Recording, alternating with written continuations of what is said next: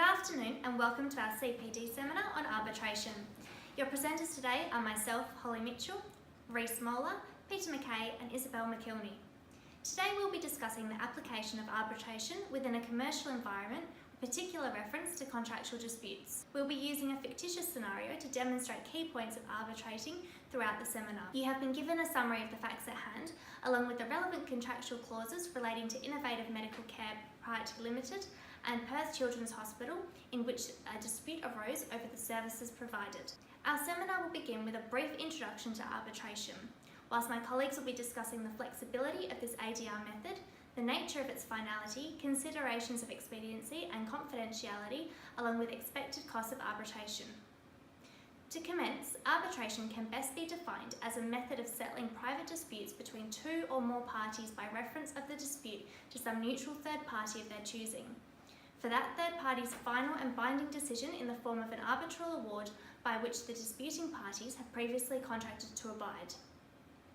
In 1976, the United Nations Commission on International Trade Law prepared what is now referred to as the In Situ Arbitral Rules, which aim to unify international arbitration processes and harmonise characteristics from domestic arbitration methods. The internationally agreed upon legal framework put an emphasis on party autonomy and restricted court interference in the arbitrational process. Australia was one of the first to adopt the UNCITRAL model law and has since introduced domestic legislation being the International Arbitration Act 1974 and the Commercial Arbitration Act 2012. Both pieces of statute grant the Supreme Court of Western Australia jurisdiction to enforce and support international and domestic arbitration whilst fostering uniformity across all states. In 2017, Western Australia introduced the Supreme Court Arbitration Rules 2016, which outlines the procedures and relevant forms associated with commencing actions in the Supreme Court relating to arbitral disputes. Given the provisions outlined in Section 8 of the Commercial Arbitration Act 2012, there is a strong correlation between contract law and the use of arbitration. Being a party-centric mechanism in resolving disputes, consent to having the dispute settled by arbitration is paramount. Under Section 7 of the Commercial Arbitration Act 2012, an arbitration agreement can be in the form of a clause in a contract between the parties or even a separate arbitration agreement. The primary requirement under Section 7 is the agreement is in writing. Furthermore, the agreement to arbitrate can be held as separable from the substantive contract. As such, arbitration agreements are often rescued in circumstances where they are contained in contracts where validity may be brought into disrepute. Moreover, Section 16 of the Commercial Arbitration Act 2012 empowers arbiters to judge their own jurisdiction in situations wherein the validity of the arbitration agreement itself is in question. Arbitration does not always have to be voluntary in Western Australia, as Section 51 of the Supreme Court Act 1935 empowers the court in certain circumstances to refer a dispute to arbitration without the consent of disputing parties. However, irrespective of the form of arbitration, an arbitral award will be recognised and enforced in the same manner as a judgment in any state or territory of Australia. Isabel will now commence a discussion on the flexibility associated with arbitration. What makes arbitration an attractive method of dispute resolution is that parties can appoint their own arbitrators and tailor the arbitration procedure to their own requirements, making it much more flexible than the litigation process. Section 10 and 11 of the Commercial Arbitration Act 2012 gives parties discretion towards the appointment of arbitrators, in that they can appoint whom they want as an arbitrator and how many arbitrators they want to use. This flexibility can be advantageous in a number of ways. In relation to the dispute between Innovative Medical Care Proprietary Limited and Perth Children's Hospital, parties could greatly benefit from a selection of arbitrators whom are experts in this field, as it may save time in explaining the technology to the arbitrator and can reduce the overall cost of the proceedings. On these facts, both parties have agreed to have proceedings take place in Perth by the Australian Dispute Centre, subject to the Australian Dispute Centre's rules. This is referred to as an institutional arbitration, being where parties agree to conduct their arbitration, adopting an arbitral institution, in this case being the Australian Dispute Centre, and adopting its rules. Arbitrations that are not institutional are referred to as ad hoc, using rules specifically drafted by the parties to take into account the particular contract or dispute, or adopting the rules of procedure specifically developed for an ad hoc arbitration, such as the UNCITRAL arbitration rules. At any time before the award is made, the parties may, by mutual agreement, alter or amend the terms of the arbitration clause and substitute the Australian Dispute Centre's arbitration for an ad hoc arbitration, or terminate the agreement completely, as was found by the Supreme Court of Victoria in Latham and Foster's Australian Fibres Limited. Under Section 32 of the Commercial Arbitration Act 2012, parties may also elect to terminate the arbitration proceedings if, during the process, they feel as if they can resolve their dispute more effectively by other means. Moreover, should the parties decide that the terms of the arbitration or the arbitration proceedings are not suitable, they have the freedom to explore other options. Despite the parties' ability to determine the nature of the proceedings, this does not guarantee a flexible approach. There is a possibility that the parties' lawyers will run their cases as they would litigation, or that the arbitrators become embroiled by being overly procedural. This completely counteracts the supposed advantage of reduced cost and flexibility associated with arbitration. The Institution of Arbitration and Mediators of Australia have formulated the IAMA arbitration rules, which can help combat this issue. In this scenario, the parties could have opted for the IAMA's rules instead of the Australian Dispute Centre's rules. How the rules work is that they expedite each stage of the arbitration procedure.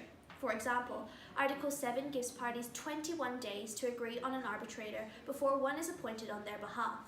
These deadlines extend to all stages of the arbitration, and the arbitration is ultimately concluded in 150 days. Furthermore, the flexibility of arbitration provided by Section 19 gives parties the ability to reap the full benefits of this dispute resolution process. The right of the parties to determine their own procedure in Section 19 of the Commercial Arbitration Act 2012 encompasses the ability to determine their own rules of evidence. This provides for a much more flexible and informal process. In the IBM and Fujitsu arbitration is an example where the flexible rules of evidence were greatly beneficial to the parties. The flexible rules of evidence enabled the parties to present their cases to the arbitrators in the most efficient manner, as the scope and speed of discovery was tailored to the needs of the parties. The financial and reputational impacts of a dispute make it more critical than ever to resolve it as soon as possible. The paramount object of the Commercial Arbitration Act 2012, in the terms facilitating dispute resolution without unnecessary delay or expense, supports such expediency. Critics point to the Australian arbitration replicating the complex processes and expensive experts of the court system. They also complain of significant delays caused by unwarranted interventions in the arbitration process by the courts. The Supreme Court Arbitration Rules 2016 have sought to transform the Supreme Court of Western Australia into a commercial court with a focus on facilitating dispute resolution by expediting and supporting arbitration. The possible flexibility of arbitration that Isabel has mentioned allows participants in arbitration to tailor rules to expedite the process.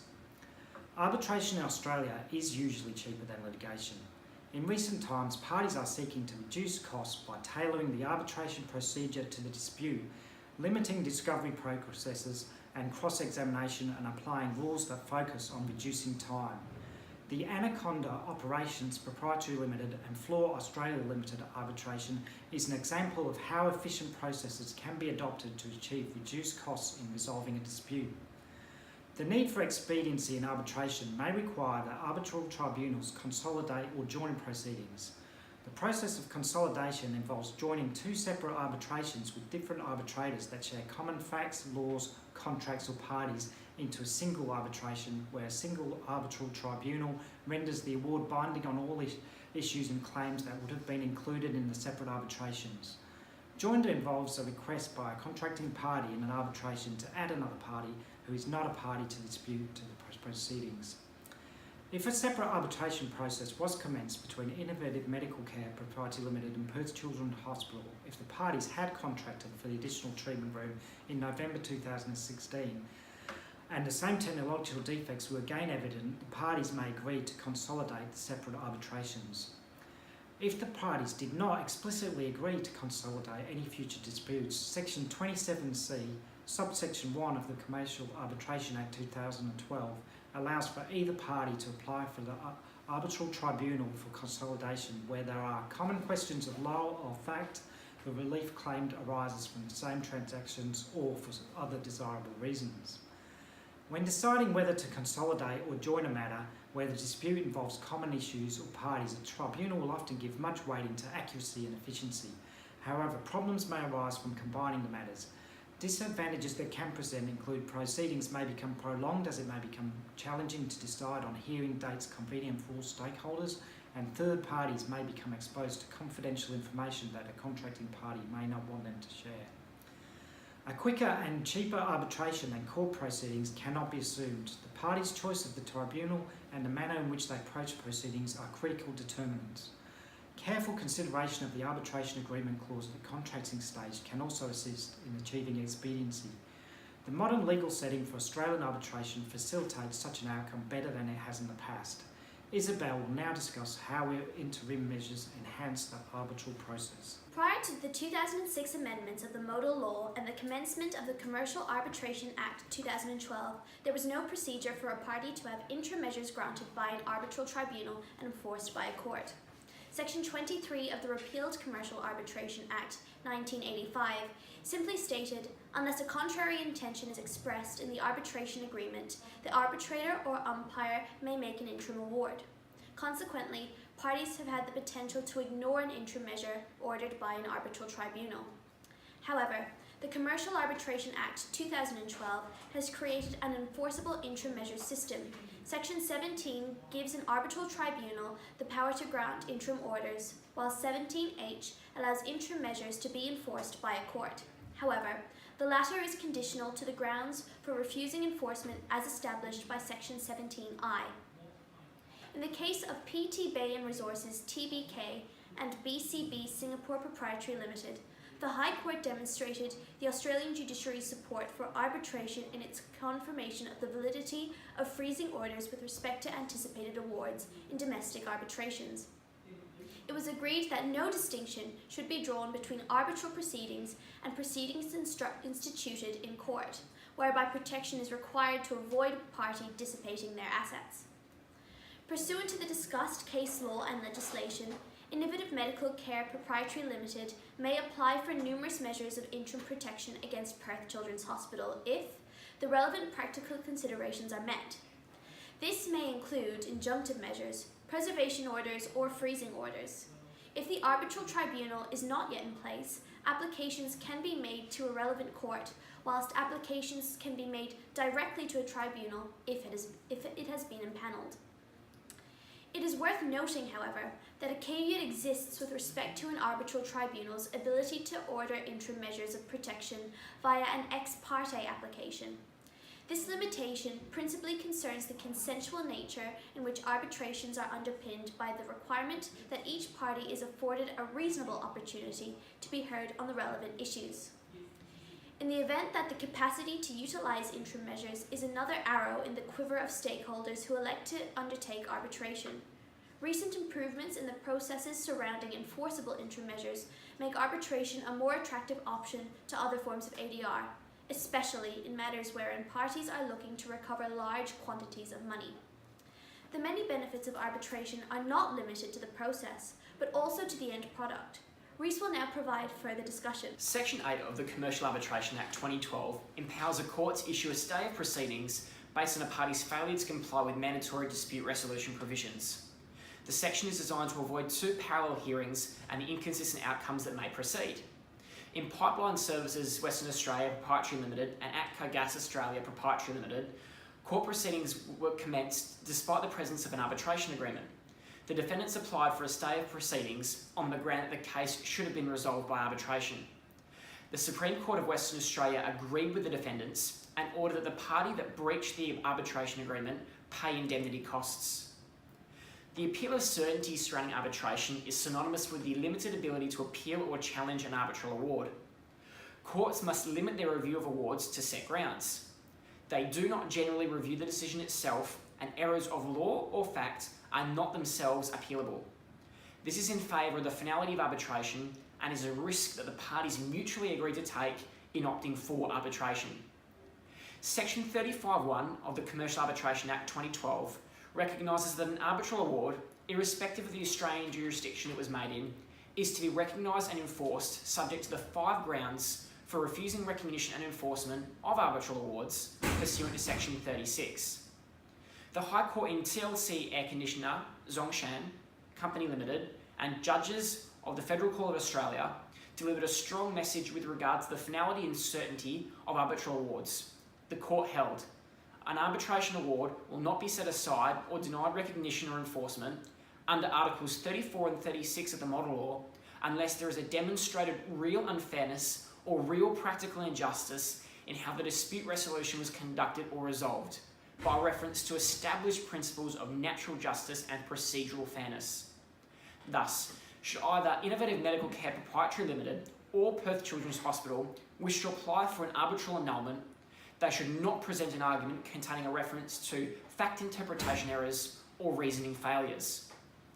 Despite this, if parties are concerned about inadequate legal reasoning by arbitrators, Section 34A of the Commercial Arbitration Act 2012 enables an appeal to a court on a question of law only when the parties have agreed prior to the commencement of the arbitration that such appeals may be made. However, minimum curial intervention is a mainstay arbitration, and as such, courts should not be bailing out parties who have made choices that they may come to regret or offer them a second chance to canvass the merits of their case. In addition to the parties being satisfied by the outcome of their dispute, the confidentiality underpinning the arbitral process is also valuable. In Australian jurisdictions, judicial proceedings take place in an open court to enhance accountability. However, the position of arbitration is to the contrary. Proceedings are private, except if agreed otherwise. In the case of Russell and Russell, Master of the Rolls Jessel outlined the rationale for this difference by stating, as a rule, persons enter into these contracts with the express view of keeping quarrel from public eyes and of avoiding discussions in public, which must be a painful one, and which might be an injury even to the successful parties of litigation, and more surely would be to the unsuccessful one. Although the High Court in Esso Australia Resources Limited and Ploughman declined to recognise a general implied duty of confidentiality in arbitral proceedings, there is no real danger that documents will fall outside the cloak of confidentiality in Western Australia. Section 27E of the Commercial Arbitration Act 2012 applies to the prohibition concerning the disclosure of confidential information. It is an opt-out clause, meaning the section applies unless otherwise agreed by the parties. Furthermore, the explanatory memoranda to Section 27E indicates that confidential information is inclusive of documents such as statements of claim and pleadings associated with arbitral proceedings, evidence supplied to the arbitral tribunal, and submissions, rulings or awards of the arbitral tribunal. Sections 27F to I of the Commercial Arbitration Act 2012 outlines the only exceptions to which confidential information relating to an arbitration may be disclosed, with an example including if it is necessary for the establishment or protection of a party's legal rights with respect to third parties. Referring to the dispute arising between Innovative Medical Care Proprietary Limited and Perth Children's Hospital, confidentiality will be valuable for both parties as they could become susceptible to injury as a consequence of litigation. Innovative Medical Care Proprietary Limited may lose credibility as a leading manufacturer of particle therapy facilities, whilst Perth Children's Hospital may face public scrutiny with respect to undertaking diligent and/or satisfactory asset management planning. It is worth noting that an unintended consequence of the confidentiality surrounding arbitral awards is the decrease in new case law and therefore restrictions on the development of the common law. As such, courts may be unable to remain aligned with key developments within certain spheres of legal disputes where an arbitration is preferable. Thanks, Reece. To conclude, arbitration clauses are becoming more and more common in business and sales agreements. However, when bargaining, clauses of this nature are the last thing on the minds of the parties. In order to take advantage of the benefits arbitration offers, whilst also remaining cautious of its drawbacks, this mindset needs to change. Every contract or transaction is going to be different, and as such, thought must be given to the nature and effect of the clause being drafted. To recap, the main advantages of arbitration include its flexibility and expediency and the certainty and confidentiality surrounding the arbitral process. While some drawbacks include a limited right to appeal, restrictions on the development of the common law and issues concerning cost efficiency, Arbitration is an effective method of resolving a dispute in a definitive and enforceable manner in an avenue other than litigation. Thank you for your attention.